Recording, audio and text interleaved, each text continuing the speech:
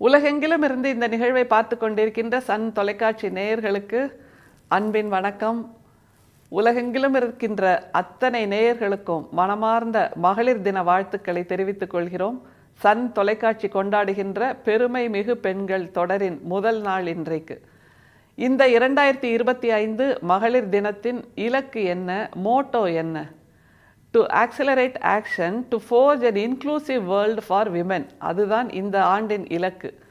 அதாவது இந்த பிரபஞ்சம் இருக்கிறது, இந்த பூமி இருக்கிறது, இந்த உலகம் இருக்கிறது, இந்த நிலம் இருக்கிறது, இந்த நீர் இருக்கிறது, இந்த காற்று இருக்கிறது, எல்லாம் இருக்கிறது.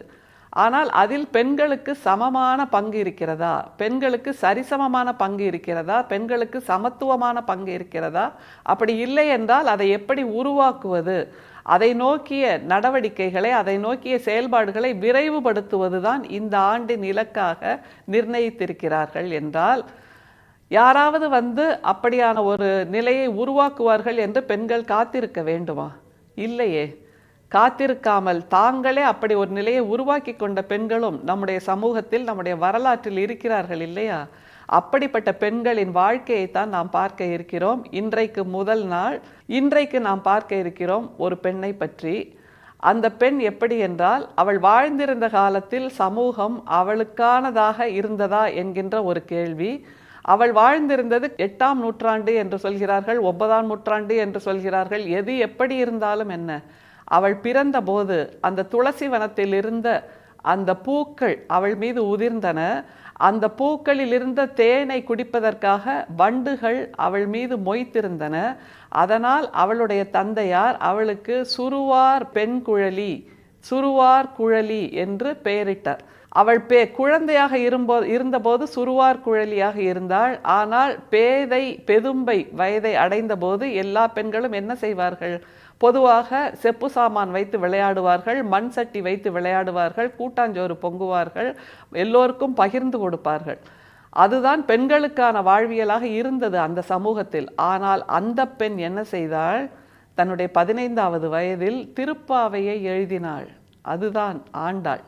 திருவில்லிபுத்தூரில் பிறந்து, திருவில்லிபுத்தூரில் வளர்ந்து, திருவில்லிபுத்தூரில் கனவு கண்ட ஆண்டாள் 15வது வயதில், 14வது வயதில் திருப்பாவையை எழுதினாள் என்றால் அதுதான் அவள் செய்த மிக பெரும் புரட்சி. ஆண்டாளை ஏன் நாம் இன்றளவும் கொண்டாடி கொண்டிருக்கிறோம்? அந்த மாதிரியான வசதி வாய்ப்புகள் ஏதும் இல்லாத காலத்தில், பெண்கள் எப்போதும் வீட்டுக்குள் முடங்கி இருக்க வேண்டும் என்ற காலத்தில் அவள் பெண்களை வீட்டுக்கு வெளியே வர சொன்னாள்.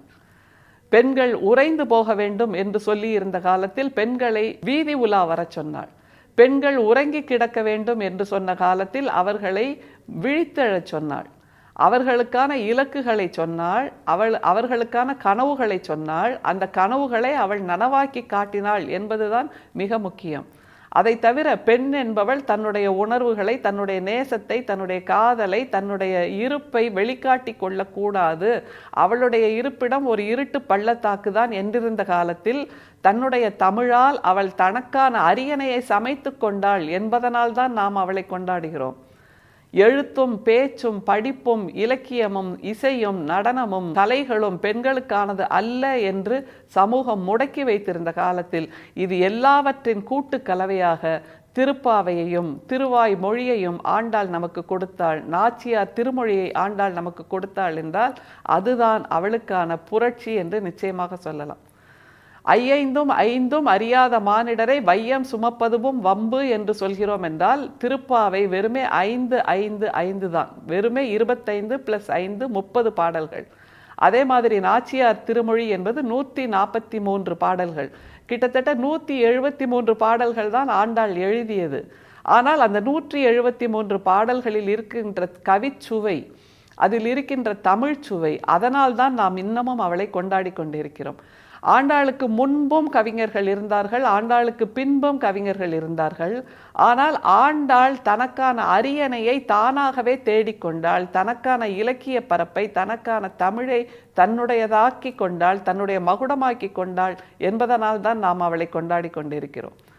பெண்கள் தன்னுடைய உணர்வை வெளிப்பட சொல்லக்கூடாது என்று சொல்லி கொண்டிருந்த காலத்தில் மானிடர்க்கென்று பேச்சுப்படில் வாழ்கில்லேன் கண்டாய் மன்மதனே என்று மன்மதனையும் காமனையும் முன்னிறுத்தி தன்னுடைய பாடல்களை வடித்த அந்த புரட்சியை செய்தவள் ஆண்டாள்.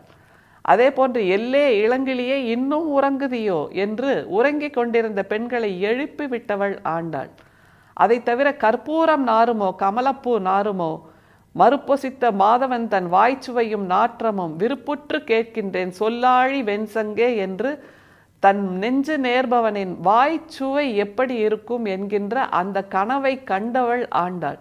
இது எந்த காலத்திலும் பெண்களுக்கு கொடுக்கப்படாத ஒரு உரிமையாக இருக்கிறது. தான் கொண்டிருக்கின்ற வேட்கையை, தன் மனம் சொல்லுகின்ற வேட்கையை வெளிப்படையாக பேசக்கூடாது என்று சொல்லுகின்ற சமூகத்தில் கற்பூரம் நாருமோ கமலப்பூ நாருமோ என்று கேட்கின்றாள் என்றால் அந்த துணிச்சல், அந்த வல்லமை, அதை தமிழின் மீதேற்றி, தமிழை தன்னுடைய கவிதையின் மீதேற்றி சொல்லியவள் தான் ஆண்டாள். அதனால் தான் நாம் அவளை இன்னமும் கொண்டாடுகிறோம்.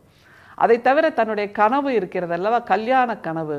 மத்தளம் கொட்ட வரிசங்கம் நின்றூத முத்துடை தாமர் நிறைதாழ் பந்தற்கீழ் மைத்துனன் நம்பி மதுசூதன் வந்தென்னை கைத்தலம் பற்ற கனா கண்டேன் தோழி நான் என்று தன்னுடைய திருமணத்தை முதலாக உறக்கச் சொன்ன ஒரே பெண் கவிஞர் ஆண்டாள் மட்டும்தான் என்பதை நாம் உணர வேண்டும்.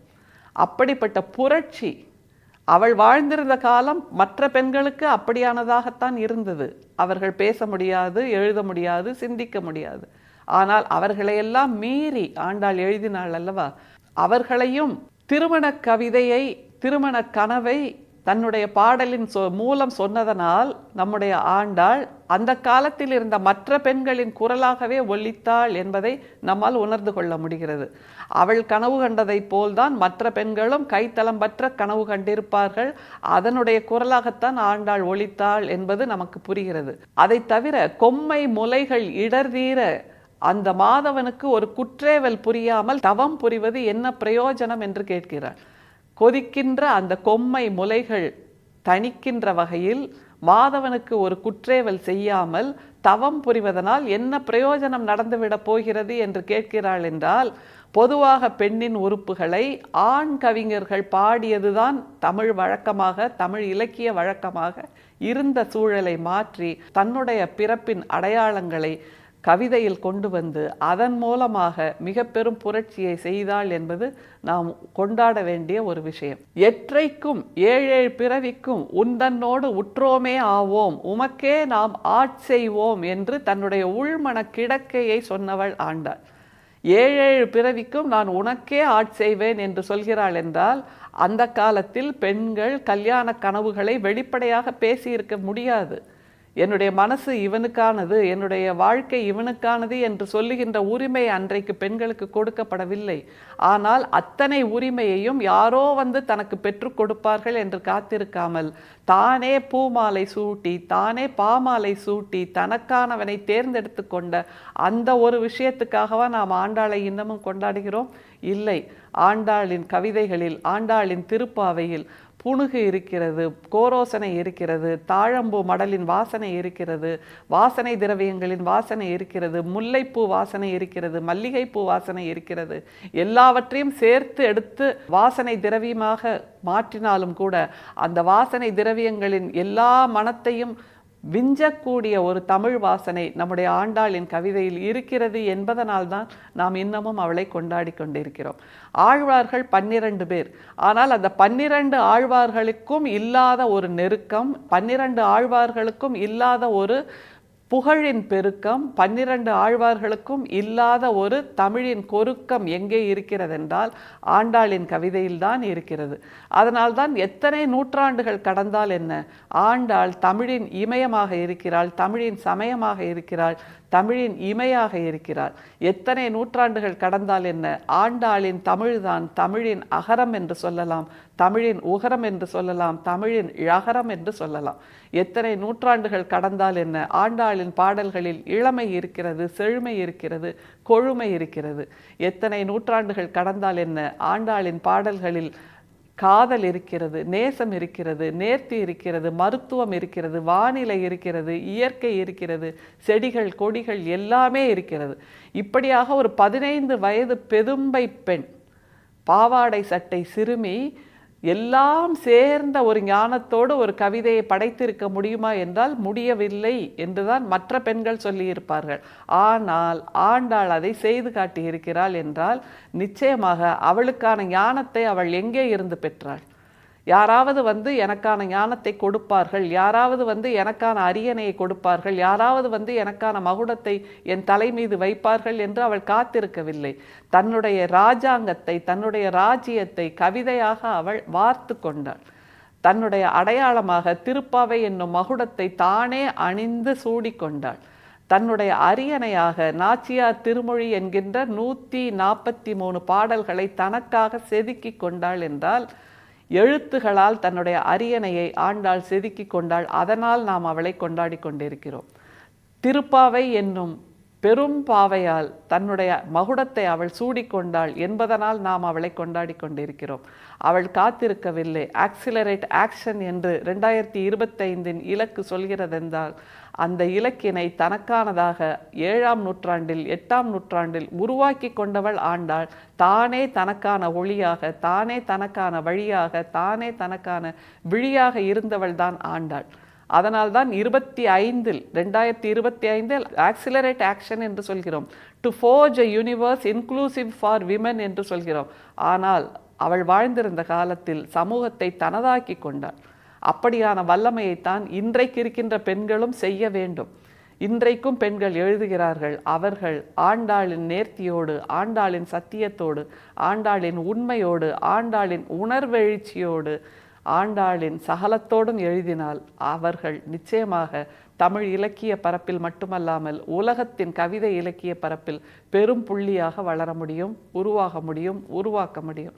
அப்படிப்பட்ட ஒரு இலக்கை நோக்கித்தான் இந்த 2025ஆம் ஆண்டு மகளிர் வாரம் இன்றைக்கு துவங்கி இருக்கிறது சன் தொலைக்காட்சியில். மீண்டும் அடுத்த வாரம் திங்கட்கிழமையிலிருந்து தொடர்வோம். பல சாதனை பெண்களோடு மீண்டும் சந்திப்போம். நன்றி, வணக்கம்.